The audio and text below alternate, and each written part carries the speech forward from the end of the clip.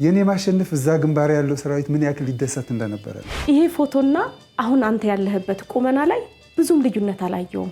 ሚስጥሩ ምንድነው?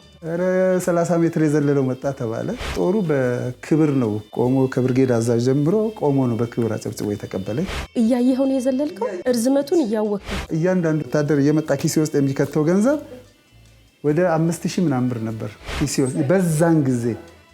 ይሄ ሞልቶ ፊል ጃኬት ይሄ ሞልቶ አስመራ መጥቼ ነው ልብስ የገዛውበት።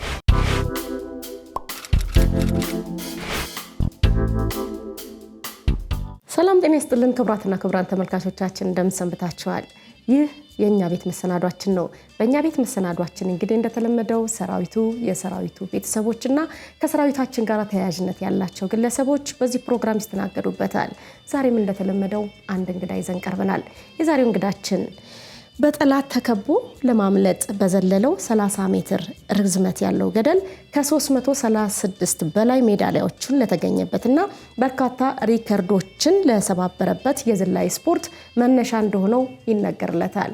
ተመልካቾቻችን ይህም የኛ ቤት ታሪክ ነው። በእኛ ቤት ውስጥ አብረን እንቆይ።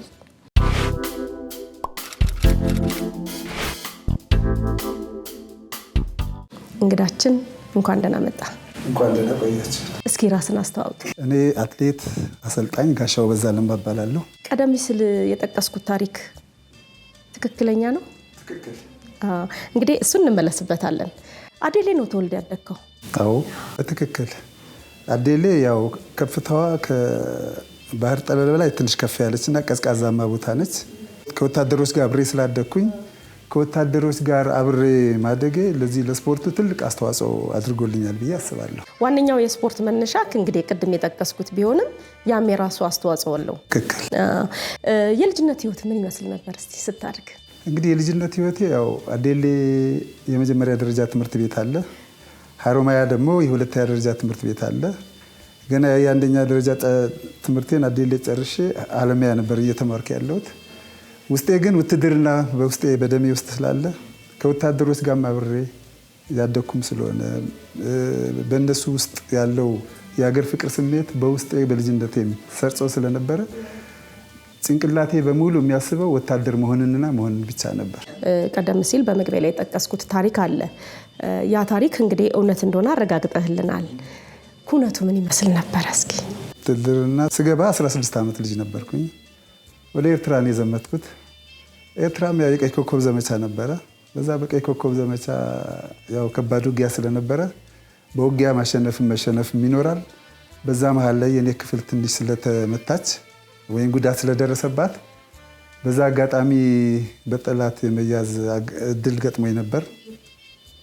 ከተያዝኩ በኋላ ግን ያለኝ አማራጭ ምን ነበር? እንትን በሙያው ላይ የነበረ የሬዲዮ ግንኙነት የሻምበል ሬዲዮ ሰራተኛ ነበርኩ። በጠላት ከተያዝኩኝ በኋላ ግን አንድ ነገር ወሰንኩ። ማምለጥ አለብኝ።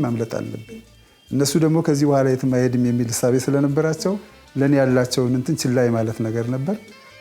በዛ መሃል ላይ ሮጬ ለማምለጥ ቻልኩ። ግን ሳመልጥ እልም ያለ ገደል ነው የገጠመኝና ገደሉን ዘለልኩት። እያየኸው ነው የዘለልከው? እያየሁት እርዝመቱን እያወቅህ? በእነሱ እጅ ከምወድቅ የሬዲዮ ግንኙነትም ደግሞ ብዙ የወታደር ሰራዊት ሚስጥር ስለነበረው ሞትን መርጬ ገደሉን ዘለልኩት። በዚህ ጊዜ ያው ከገደሉ ጀርባ ማዶ ላይ ሆኖ የኔ አለቃ ይከታተለኝ ስለነበረ ወንድ ራሱን ገደለ የሚል ነበር የነበረው። ለምን እንደዛ አለ? ሚስጥር እንዳላወጣ ነው በቃ። ምክንያቱም ያው ሻምበል ግንኙነት ስትሆን ብዙ እንትኖች አሉ አንቺ ጋር ሚስጥሮች ይኖራሉ። ስለዚህ ያዝም ድንገት ስለነበረ በቃ ማስባት ነገር በሙሉ ወይ ሮጬ መመታትና መሞት አለብኝ አለበለዚያ ራሴን ማጥፋት አለብኝ የሚል ሐሳብ ነበር። ገደሉን ዘለልኩት። እግዚአብሔር ያው አትሙት ሲለኝ የአሸዋ ክምር ላይ ነው ያረፍኩት የነበረው።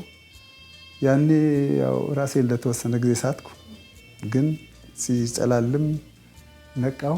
ከዛ ገደል ወጣሁ። የወጣህበትን አጋጣሚ ትንሽ በደንብ ብናወራት ደስ ይለኛል። አዎ ገደሉን እንደዘለልኩት እንደነገርኩሽ የአሸዋ ደለል ላይ ነው ያረፍኩት። ራሴን ለተወሰነ ጊዜ አላወቅኩም። በኋላ ላይ ግን የወገንን ቦታና የጠላት ራሱ የትና የት እንደሆነም መለየት ከባድ ነበር። ከዛ ግን ያለኝ አማራጭ ከገደል ውስጥ እንደምንም ብሎ መውጣት ነው። ከዛ ወጥቼ የሆነች ቦታ ላይ ገባው። ማንም ሳይ ራስህ ነህ ቧጥ የወጣው? ራሴ በቃ እና እንደ ህልም ነው የሚሆን የነበረው። ግን ምንም ነገር የሆንኩት ነገር የለም። ቧጥጬ ተራራ ወገብ ላይ የሆነች ቦታ አግኝቼ እዛ ጋ ሆኜ ሳይ የት እንዳለው ራሱ አላውቅም። ጠላት ወዴት ወገን ወዴት እንደሆነ እና ያው የሬዲዮ ግንኙነት እንደገና ፈጠርኩኝ። ምልክት እንዲሰጡኝ ነገርኳቸው። ምልክት ሰጡኝ። ግን ምልክት ሲሰጡኝ ጠላትን ምልክት አብሮ ይሰጥ ነበር። ኦኬ፣ ለማዛባት። አዎ አዛቡብኝ እና ይሄ ነገር እያልኩ አለቃዬ ጋር ተጨቃጨኩ። መጨረሻ ላይ የተለየ ምልክት ሰጥቶኝ በዛ አቅጣጫ አንድ ጓደኛዬን አግኝቼ እየሄድን ያው ምድሩ በሙሉ የተሰዉ ጓዶች ነበሩ። እነሱን እያየን በዛ እድሜ ደግሞ የሚፈጥርብሽ እንትን አለ። ግን እንደዛ ብለን እየሄድን ጠላት እንደገና መጣብን። ጠላት መጣ፣ ተኮሰ፣ መታኝ። ወገን ደረሰ፣ ይዞኝ ወጣ። ወደ አፋበት የምትባል አንድ ትንሽዬ ከተማ አለች። እዛው ኤርትራ ውስጥ እዛው ትንሽዬ መንደር ነች። እዛ ነው ሕክምና የሚደረግ የነበረው። እዛ ታክሜ ከ2-3 ወር በኋላ ተመልሼ ወደ ግንባር ሄድኩኝ። ከዛ እንደገና ደግሞ ቆሰልኩ። በምን አጋጣሚ ቆሰልኩ? ሌላ ውጊያ ነበር። እንደገና ቆሰልኩኝ። ተመልሼ ስሄድ እንዳውም ሐኪሙ አንተ ሂድ ብዬሽ አልነበረም ወደ ግንባር እንዴት መጣ? ቆስዬ የመጣው ስለው ራሱ ሐኪሙ ራሱ እስካሁን አለ። እንዳውም ሐኪሙ መቼ አንተ ትላንት ወዲያ ሄደህ ዛሬ ቆስለህ መጥተህ ይለኛል። እንዳውም አዎ አይ ቆስዬ ነው አልኩት።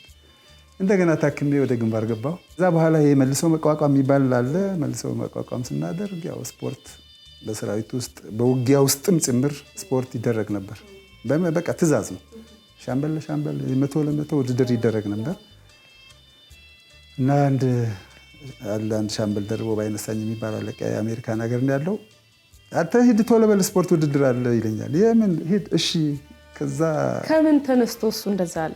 እሱ እንደዛ ያለኝ እሺ ስለው እኔ ዝም ብሎ ስለሚያቀኝ ነው የመሰለኝ። 30 ሜትር እኮ ነው ያገደል ረሳኸው ያለኝ። እሱማ አልረሳሁትም አልኩት። ያን ዘለ ስፖርት መስራት ያቅታል ሂድ አለኝ። ሄድኩ። ሲሄድ ቀሪ ክፍል የምትባላለች የቢኤም ምድብተኞች፣ መድፍ ምድብተኞች ይወዳደራሉ እዛ። በጣም ትጥቅ ለብሰው ምናምን ይወዳደሩ ነበር። እኔ ስደርስ እንኳን ትጥቅ ፓንት የለኝም፣ ልብሴ ሁሉ የተቀዳደደ ነበር። በዛን ጊዜ ተወርቶ ነበር። ይሄ ገደል የዘለለው ተብሎ በጣም ተወርቶ ነበር። እኔ ደግሞ አላቅም።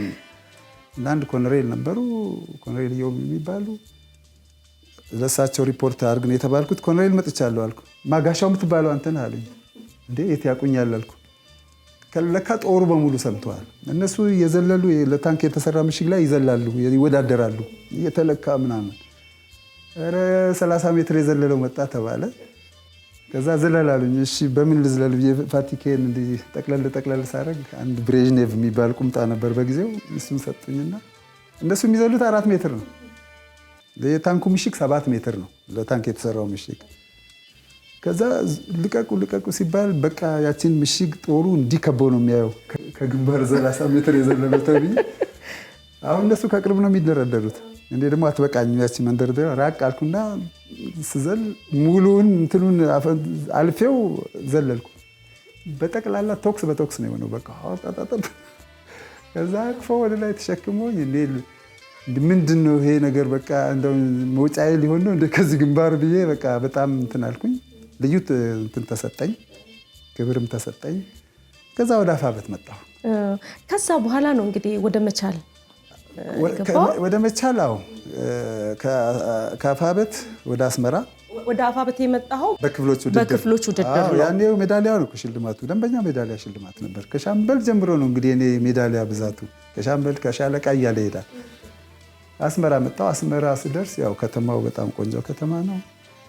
ለብዙ ጊዜ ከተማ ናፍቆናል። እዛ ግንባር ላይ ምንም ነገር የምታየው ነገር የለ፣ አረንጓዴ ቅጠል እንኳን የለውም ያበረሃው።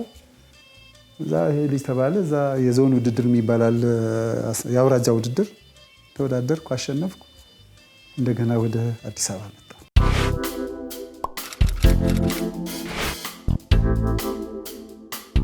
ከታች ጀምሮ ነው እየበቃ በውድድሮች አልፈ ወደዚህ የመጣው። ከዛ በምን አጋጣሚ መቻልን ተቀላቀልክ ታዲያ? እዚህ እንደመጣሁ የኢትዮጵያ ሻምፒዮና የነበረ የኢትዮጵያ ሻምፒዮናን ተወዳድሬ አሸንፌ ወደ አስመራ ተመለስኩ። ከዛ የጦር ኃይሎች ውድድር ነበር። በጦር ኃይሎች ውድድር መጣሁ፣ አሸነፍኩ። ሮልፍ ጉበርት የሚባል ጀርመናዊ አሰልጣኝ ነበረ። ይሄ ለብሔራዊ ቡድን በጣም በቃ እንትን ነው ተባልኩ፣ ተመረጥኩኝ። ዛኔ እዚህ ደግሞ የመቻል ስፖርት ክለብ ጀነራል መኮንኖች ነበሩ። እነሱ ደግሞ የመለምሉ ነበር ከየክፍሉ ጀነራል መኮንኖች አሉ። እንደዚህ አሰልጣኞች አሁን እዚህ ያሉ ፎቶቸው እነ እሸቱ ቱራ፣ እነ ዮሐንስ መሐመድ፣ እነ ሻምበል እሸቱ ቱራ፣ ሻምበል ዮሐንስ መሐመድ፣ ሌሎችም ነበሩ። በቃ በመጀመሪያ ለመቻል የመለመሉኝ እነሱ ናቸው። ይሄ ሮልፍ ጉበርት ምልሽ የብሔራዊ ቡድን አሰልጣኝ ነው። እሱ ደግሞ ለብሔራዊ ቡድን ይዛኑ ጊዜ መለመለኝ እና ከዛን ጊዜ ጀምሮ መቻል ስፖርት ክለብንና ብሔራዊ ቡድን በማገልገል እገኛለሁ።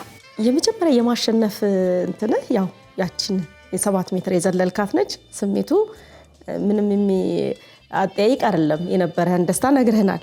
ምናልባት ደግሞ መቻል ላይ ከመጣህ በኋላ ለመጀመሪያ ጊዜ ያሸነፍክበትና የነበረው የሰራዊቱ ስሜት ያንተ ስሜት ምን ይመስል ነበር? እስኪ በትዝታ ወደዛ ወሰደን። የሚገርምሽ አስመራ ተወዳድሬ እዙን ወክለን ነው እንግዲህ ናደ ኡዝ ውቃ ኡዝ መብረቅ እዝ ምናምን የሚባል ነበር። እዝ ለእዝ ነበር ውድድሩ። አስመራ አሸንፈን ጦሩ ካልመጣ ይለኛል ያሸነፉትን ወደ ግንባር። ያው እንግዲህ ልጅም አይደለሁ የመሄዱም ጉጉት አለ። ሄድኩኝ። ሲሄድ ጦሩ በክብር ነው ቆሞ ከብርጌድ አዛዥ ጀምሮ ቆሞ ነው በክብር አጨብጭቦ የተቀበለኝ። ሽልማት አደረጉልኝ። የአንድ ድሮ ሰዓት ያላት እስክሪብቶ ሽልማት ያቺ ብርቅ ነበረች ያኔ። ያንን እንደ ማስታወሻ የብርጌዱ ሽልማት ያኔ ነው እና ሰራዊቱ በቃ ጭብጨባው ልነግርሽ አልችልም። የሰራዊቱ ፍቅር ልነግርሽ አልችልም። በቃ እና በሉ ተሰናበቱ ሲባል እንዳለ ብድግ ብሎ ነው ተሸክሞ እንትን ሲያደርገኝ የነበረው። ምን ተሰማህ ታዲያ አንተ ያኔ? ያኔ እንትኔን መቆጣጠር አልችልም ነበር። ምክንያቱም ብዙ በልጅነት ያየሽው ነገር በሙሉ ከልብሽ ፍቅር አለ። እኔ ከዛ ስወጣ በዛን ጊዜ ስወጣ እያንዳንዱ ሰው ወታደር እየመጣ ኪሴ ውስጥ የሚከተው ገንዘብ ወደ 5000 ምናምን ብር ነበር ኪሴ ውስጥ በዛን ጊዜ። ይሄ ሞልቶ ፊል ጃኬት ይሄ ሞልቶ አስመራ መጥቼ ነው ልብስ የገዛውበት እና ፍቅሩን ነው የምነግርሽ። የመጀመሪያ ውድድር ያደረኩት ምስራቅ አፍሪካ መካከለኛና ምስራቅ አፍሪካ ውድድር ነው። ሀብዬ ሄድኩት ወርቅ አመጣሁ። አሁንም እዚህ ጋር ያለችው እሷ ነች። በቃ እኔ ማስባት የኔ ማሸነፍ እዛ ግንባር ያለው ሰራዊት ምን ያክል ሊደሰት እንደነበረ ነው። ሰራዊታችን እዚህ ኳስ መቻል ሲጫወት እኛ ግንባር እያለን እኮ በትንሽ ሬዲዮ አንቴና ቀጥለን ቁጭ ብለን ነበር የምናዳምጠው። በያውም አንዳንዴ እየተቆራረጠች ስሜቱን ስለማውቀው እኔ እዛ ሳሸነፍ የኔ ማሸነፍ በቃ የሰራዊቱ ማሸነፍ ነው የሚል ትልቅ እሳቤ ነበር።